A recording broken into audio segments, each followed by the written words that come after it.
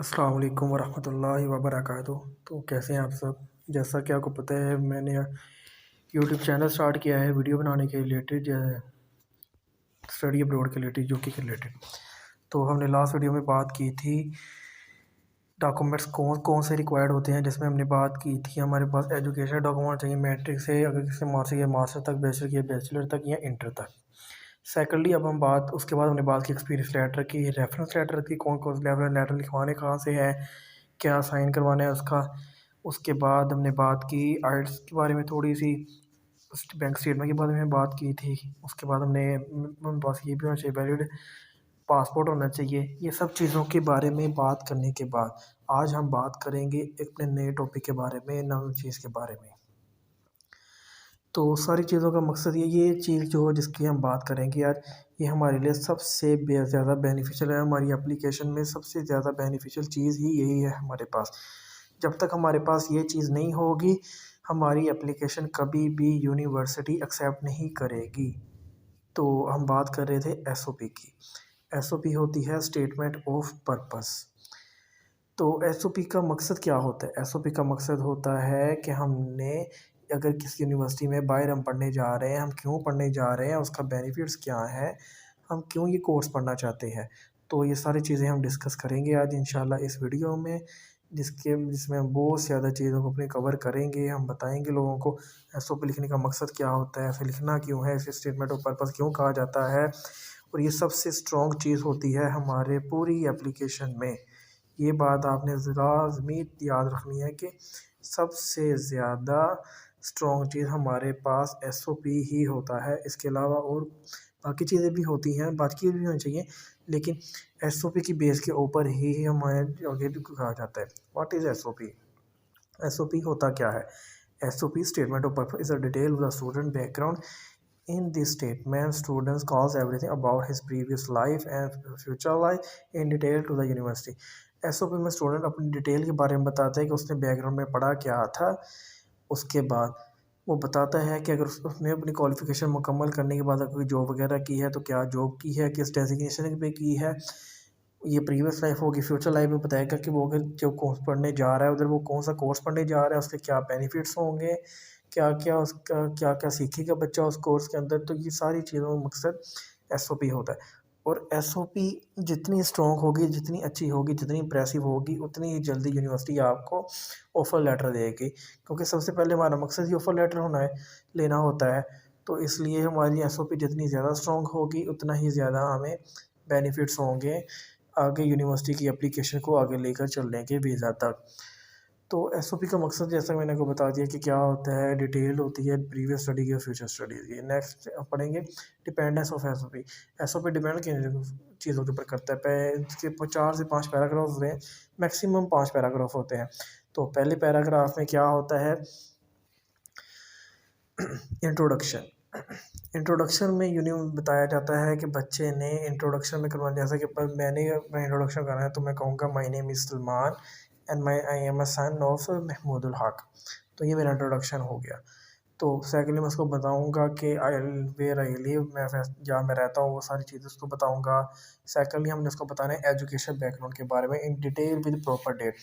For example अगर कोई master का बच्चा एजुकेशन डिग्री लेने के लिए बाहर जा रहा है, तो उसे पता होना चाहिए कि उसने क्या मेंशन करना है।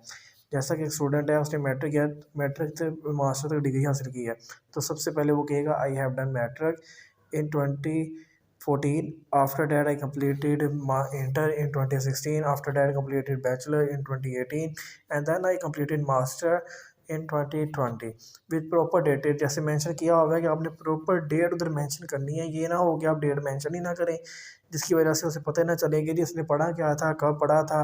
तो ये सारी चीज़ें मेंशन करना लाजमी है हमारे लिए। सेकेंडली आपने मैट्रिक को सबसे पहले लिखना है, फिर इंटर को लिखना है, फिर बैचलर को लिखना है और लास्ट पे मास्टर को लिखना है, ताकि उसे पता चले कि ये लाइन वाइज कैसे पता चले। अगर फॉर एग्जांपल आपके यूनिवर्सिटी आपके स्टडीज़ के दौरान कोई गैप आ जाता है, तो आपने उसके प्रूफ के लिए कोई ना कोई एक्सपीरियंस लेटर उसे ज़रूर देना होता है, जिससे उसे पता रहे कि बच्चा ज़रूर पढ़ता रहा है, इसने कोई गैप वगैरह नहीं किया हुआ।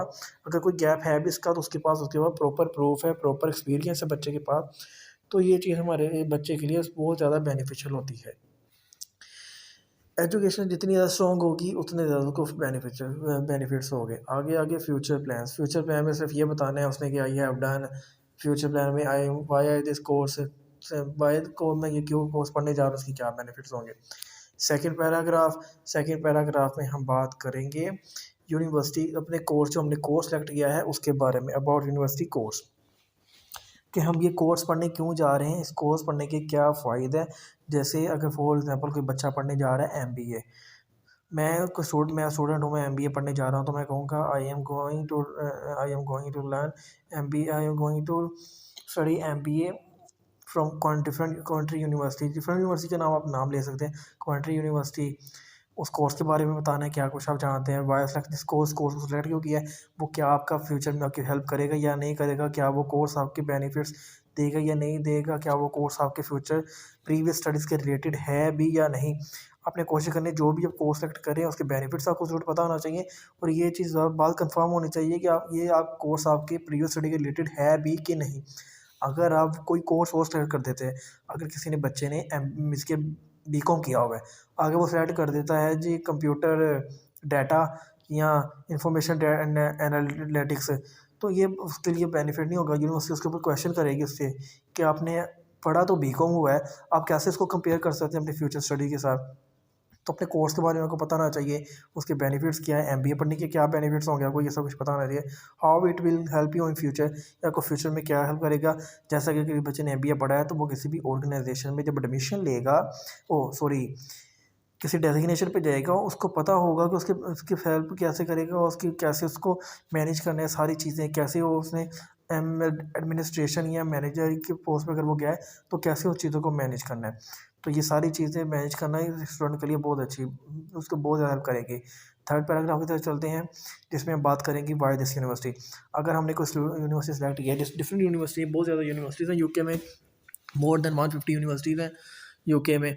तो हम किसी भी यूनिवर्सिटी की बात कर रहे हैं तो हमें उस यूनिवर्सिटी के बारे में पता होना चाहिए कि हमने ये को यूनिवर्सिटी क्यों सेलेक्ट की है, इसके क्या बेनिफिट्स हैं, ये क्यों सेलेक्ट किया है, इसके क्या बेनिफिट्स हैं, क्या फ़ायदा होगा यूनिवर्सिटी में पढ़ने का।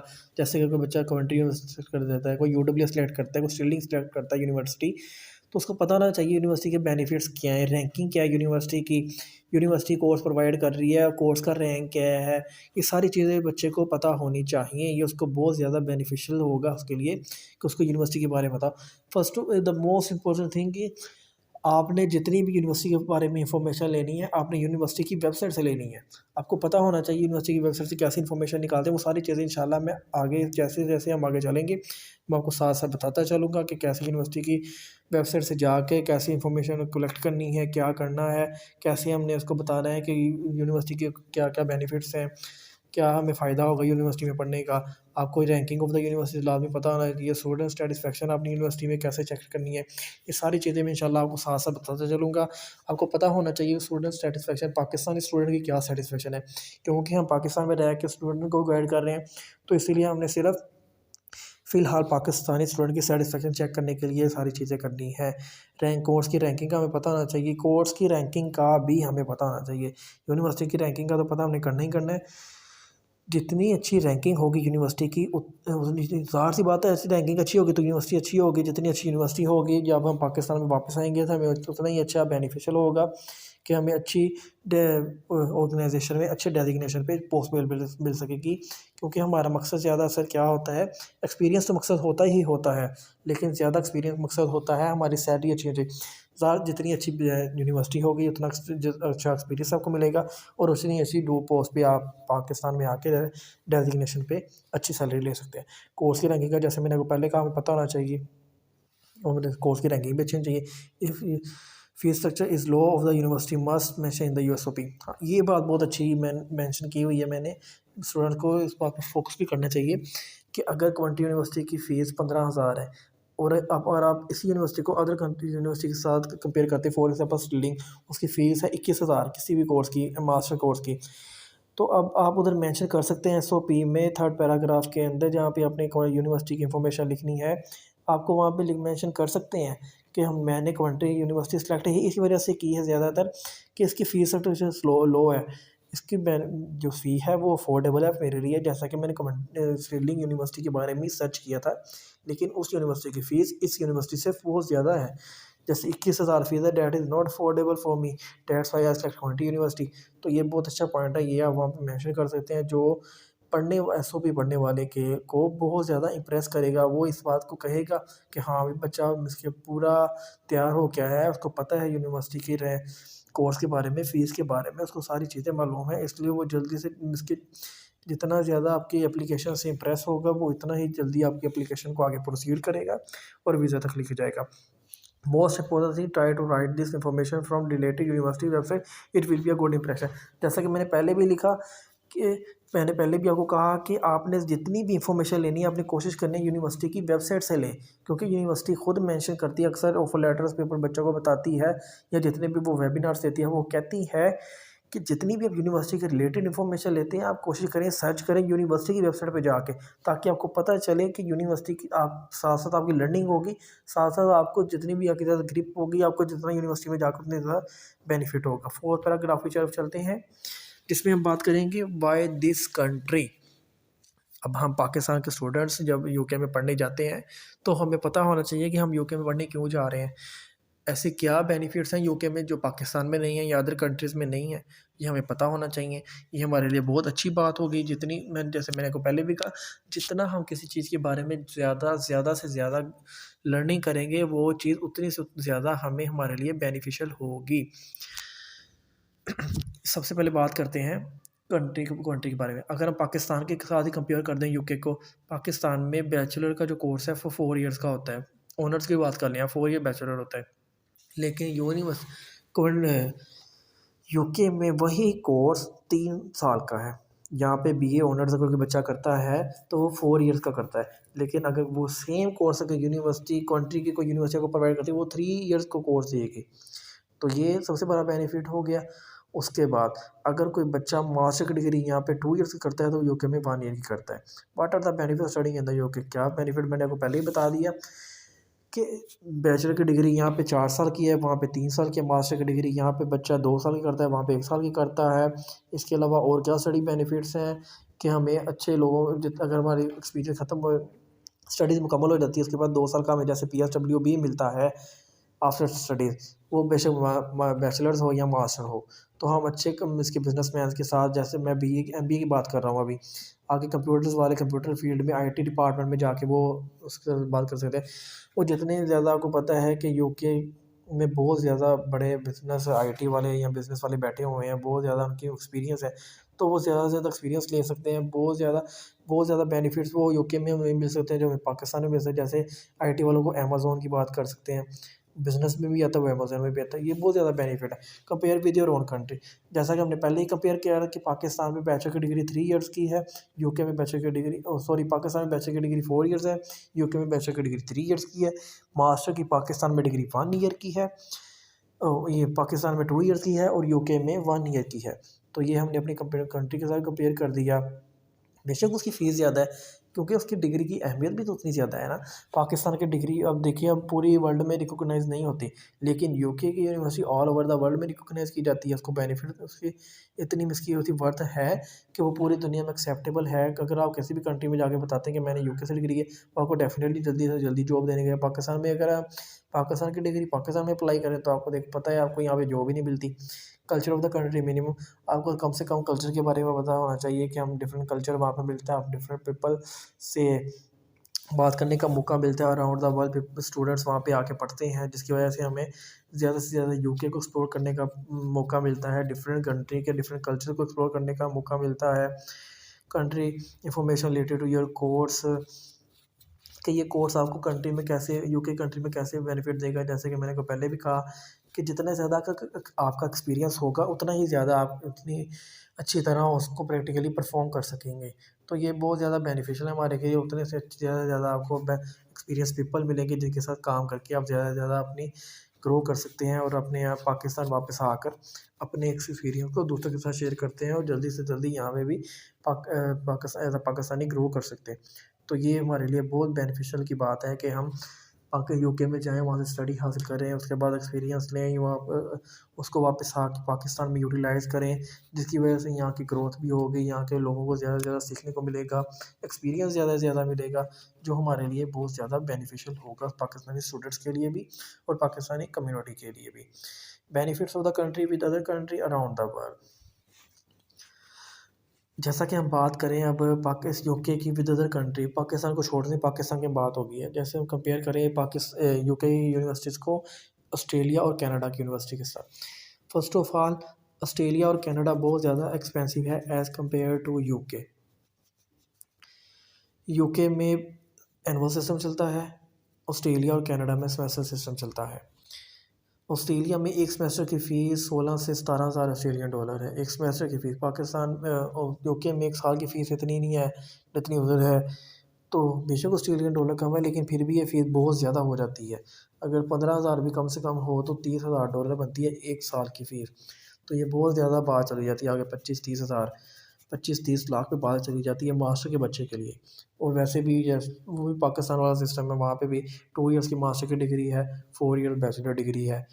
तो ये कंपेयर कर सकते हैं। कनाडा भी इसी तरह चलता है। कनाडा आपको पता है एक्सपेंसिव बहुत ज़्यादा है और उसकी वीज़ा रेशो भी बहुत कम है, लेकिन यूके की वीज़ा रेशो ही बहुत आसान है। फाइनल पैराग्राफ की तरफ हम चलते हैं, जिसमें हम बात करेंगे फ्यूचर प्लान्स के बारे में। फ्यूचर प्लान में हमें बताना है कि हम जब हमने डिग्री कंप्लीट कर लेंगे, हमें इसके क्या बेनिफिट्स होंगे, क्या हम करेंगे फ्यूचर। आप डिग्री कंप्लीट करने के बाद हम क्या करना चाहते हैं, किस ऑर्गेनाइजेशन में हम अप्लाई करेंगे, हमारा डेजिग्नेशन क्या हो सकता है।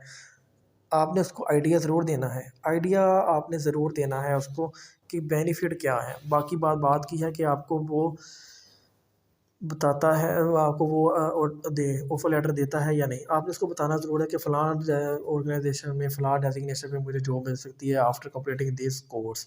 जो भी आप पढ़ने जा रहे हैं, एमबीए करने जा रहे हैं, आईटी के रिलेटेड है, बिज़नेस के रिलेटेड है, कंप्यूटर के रिलेटेड है, मेडिकल के रिलेटेड है, एग्रीकल्चर के रिलेटेड है, जो भी है उसके रिलेटेड आपने ज़रूर बताना है कि इस कंपनी में किस डेजिग्नेशन पे आपको जॉब मिल सकती है।